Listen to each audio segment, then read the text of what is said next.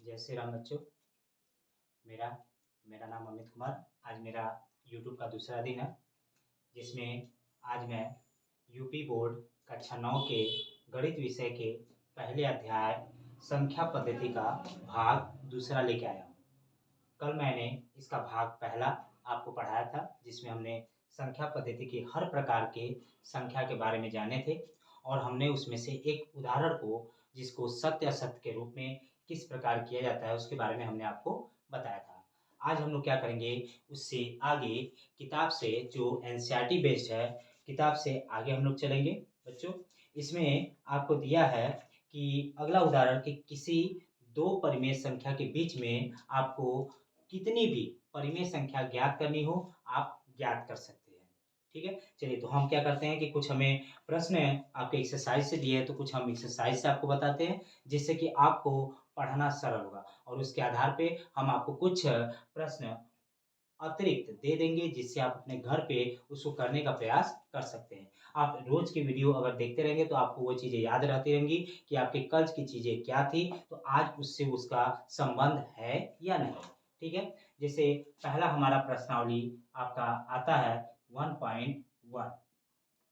1.1 में पहला प्रश्न को हमें बहुत ध्यान से समझना है, सुनना है, तभी हम क्या करेंगे कि उसके सॉल्यूशन यानी उसके हल को अच्छे से कर पाएंगे। लिखा है कि क्या शून्य एक परिमेय संख्या है। ये प्रश्न आपका दिया गया है, क्वेश्चन नंबर 1 कि क्या शून्य एक परिमेय संख्या है, क्वेश्चन मार्क, क्या इसे P/Q के रूप में लिख सकते हैं, जहां P तथा Q पूर्णांक है, और लिखा है कि Q does not equal to 0 है। ठीक है बच्चों, ये आपका पहला प्रश्न है।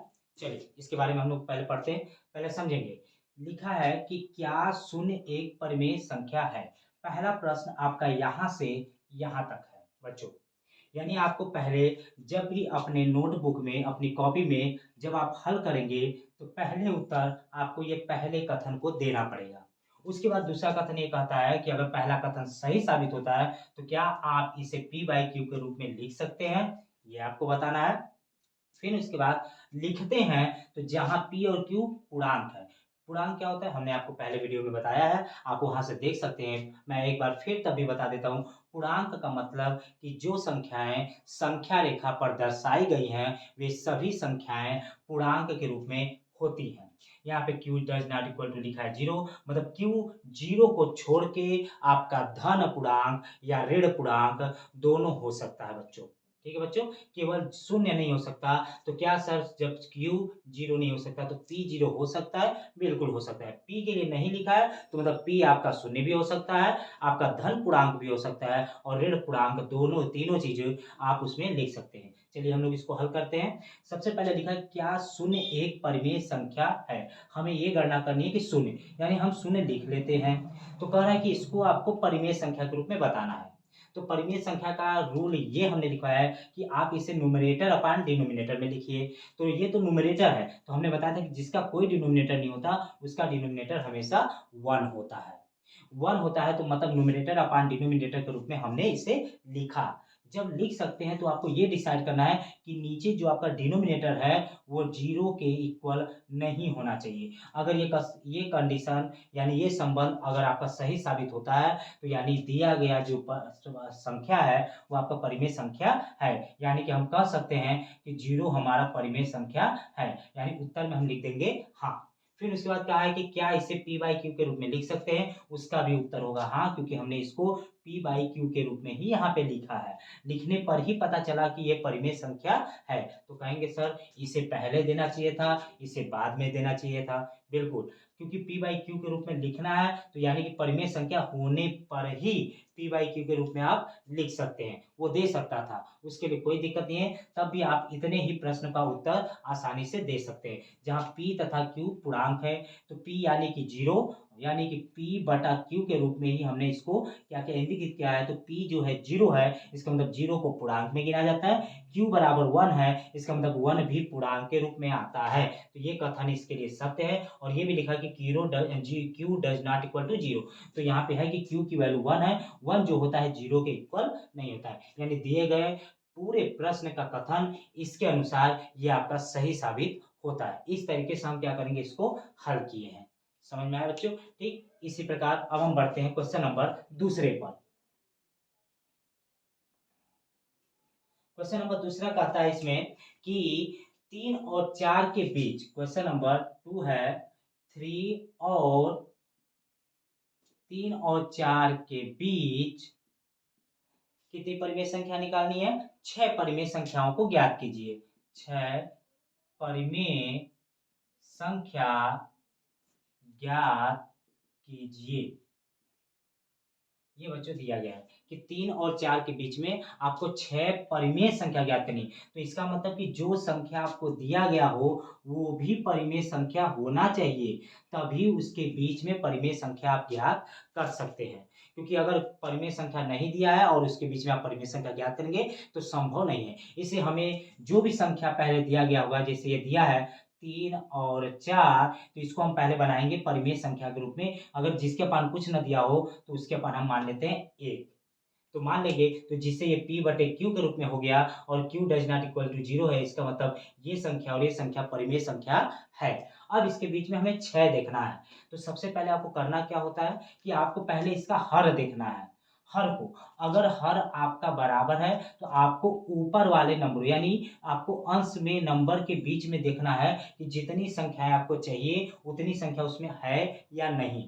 तो अगर है, मिल जाता है, तो आपको कुछ एक्स्ट्रा करने की जरूरत नहीं है। आप उनके बीच का 6 नंबर लाइन बाय लाइन आप लिख देंगे, आपका उत्तर हो जाएगा। लेकिन अगर जब आपको वो 6 संख्या न मिले तो रूल यह है कि अगर इसका हर बराबर हो तो जितनी भी परिमेय संख्या आपको चाहिए उसमें सदैव 1 जोड़ देंगे।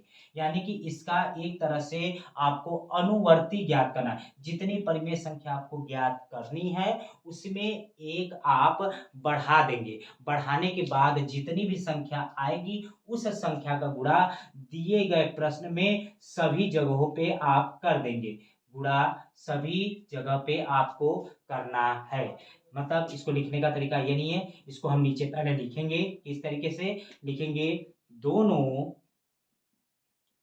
परिमेय संख्या के P व Q में 7 का गुणा कराने पर, तो यानी 3/1 दिया है तो इसमें भी 7 और इसमें भी 7, और 4/1 दिया है तो इसमें भी आप 7 का गुणा कराएंगे।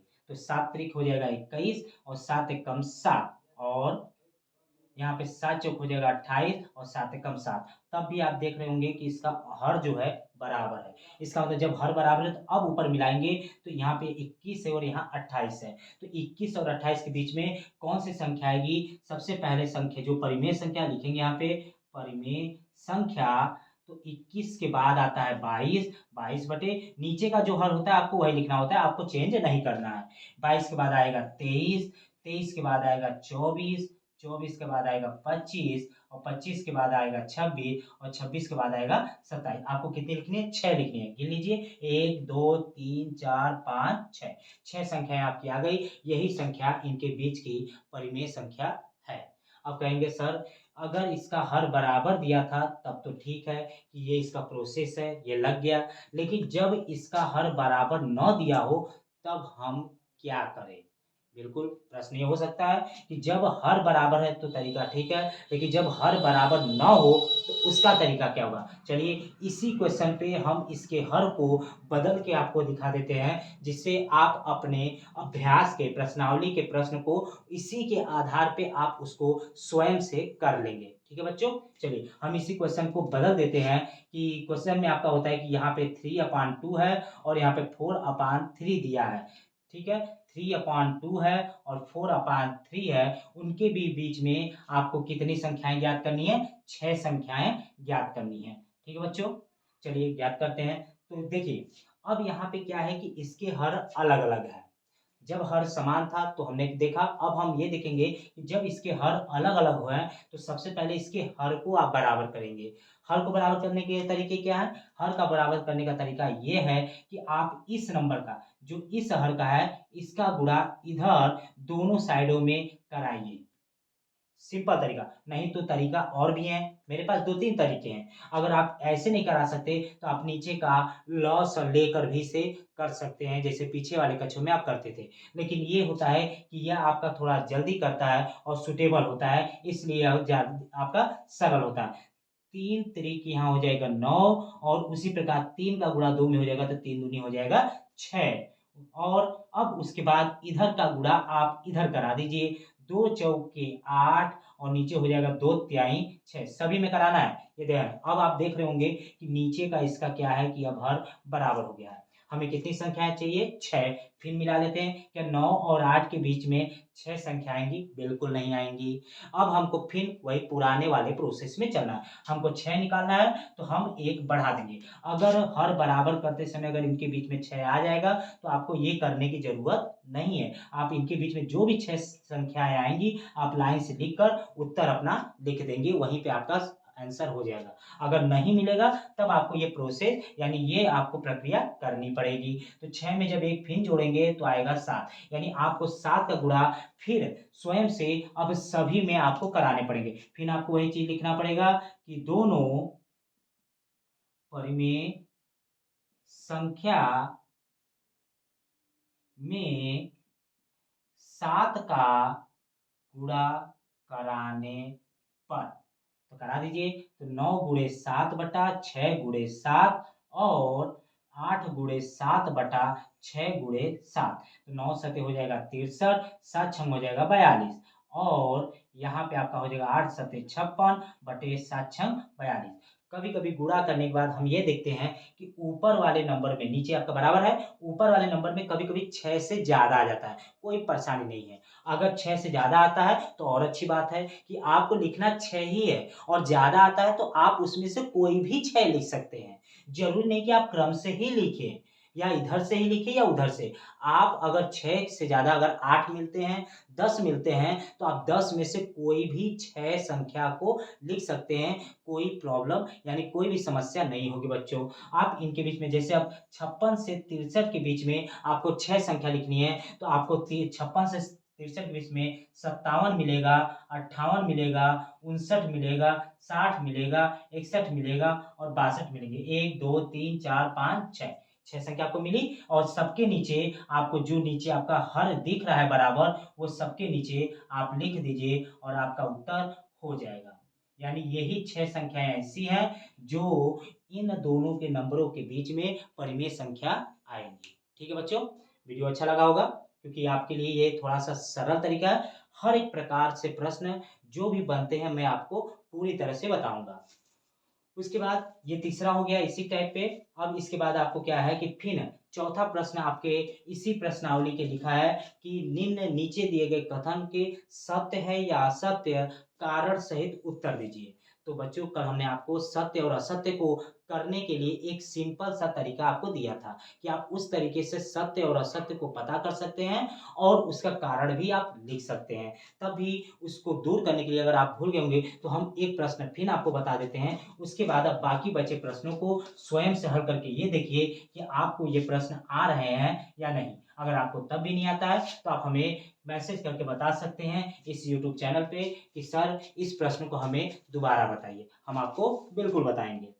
चौथे में जैसे आपका लिखा है पहला पॉइंट कि प्रत्येक प्रत्येक प्राकृतिक संख्या एक पूर्ण संख्या होती है। जैसे आपको दिया बच्चों। अब इसमें हमको सत्य असत्य का पता करना है तो हमने बताया था कि आप एक तरफ प्रश्न लिख लीजिए और एक तरफ उत्तर।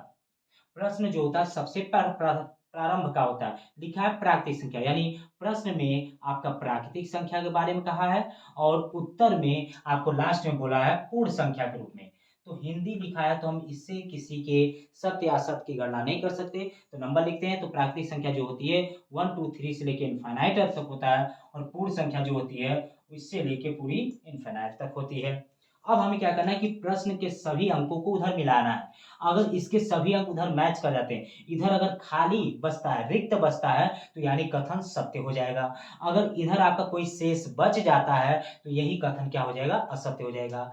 पीछे भी हमने यही बताया था। तो हम यहाँ पे मिला रहे हैं, तो यहाँ पे 1 भी है, 2 भी है, 3 भी आएगा, और जाते-जाते इनफिनाइट भी आ जाएगा। यानी कि इधर के पूरे सभी संख्याएँ इधर के संख्याएँ से मैच करती हैं, मेल खाती हैं, जिससे यह कथन क्या होता है कि सत्य साबित होता है। और जब सत्य साबित होता है, कारण देना है, तो लिख देंगे प्रत्येक क्योंकि प्रत्येक संख्या पूर्ण संख्या से